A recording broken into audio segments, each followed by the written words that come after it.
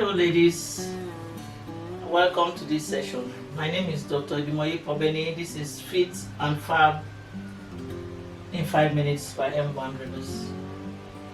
We're here to talk about microgreens. What are microgreens? Do we truly need microgreens?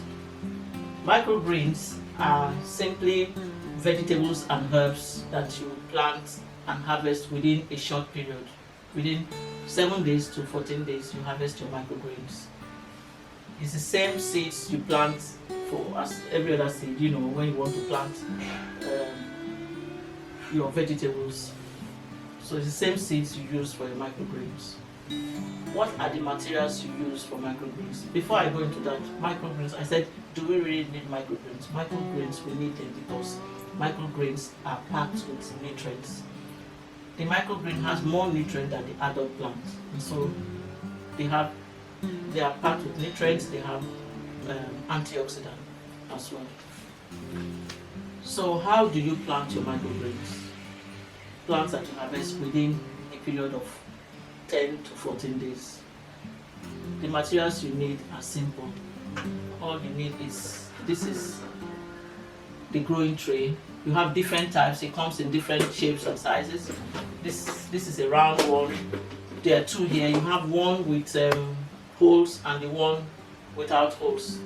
They go together because when you put as you water your plants, the water collects in the one without holes. And also, it is designed this way because you can plant your microgreens within your, the four walls of your kitchen.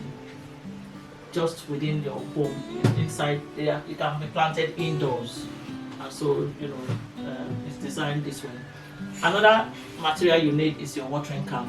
Either you use a watering can like this one, or you use your spraying bottle. The same purpose, just to water your plants. And then the third thing you need is your growing medium, which in this environment many times is your soil with nutrients. Those are the main materials you need.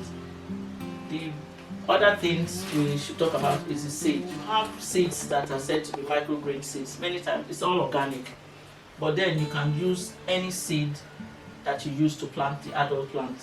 The same thing, just that for the microgreens you need more of the seeds. The quantity is usually higher for the microgreens. And so here I have seeds. I have sunflower seed.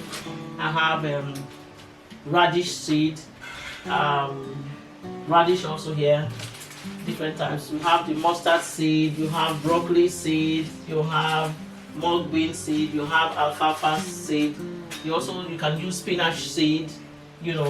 So all the seeds can be turned into microgreens seed, and they are highly nutritious. The process is like this. This is a tray, like I told you.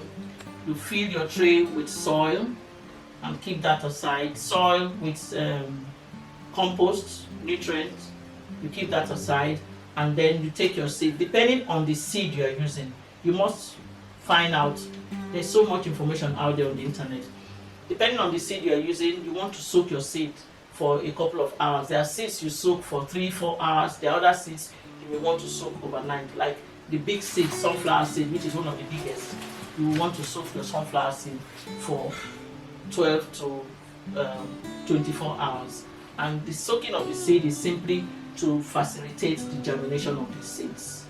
So you will see pictures later of the microgreens, the ones we have planted. And so you soak your seed.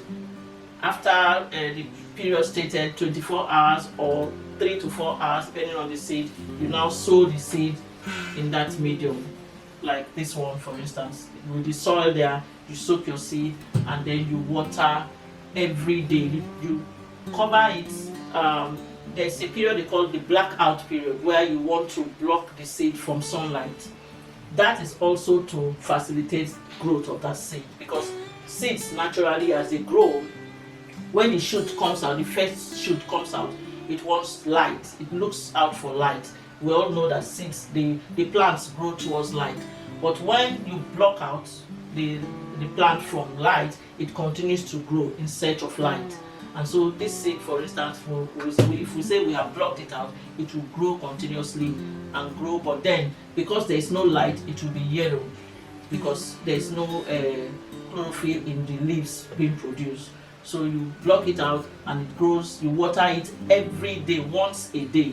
There's sometimes you can water it twice a day depending on the weather. If it's during the harmattan season, you may want to water morning and evening, but if it's not so dry, you water once a day and you check out for growth. So once a day you check, is it growing, is the soil moist, and then you water it accordingly.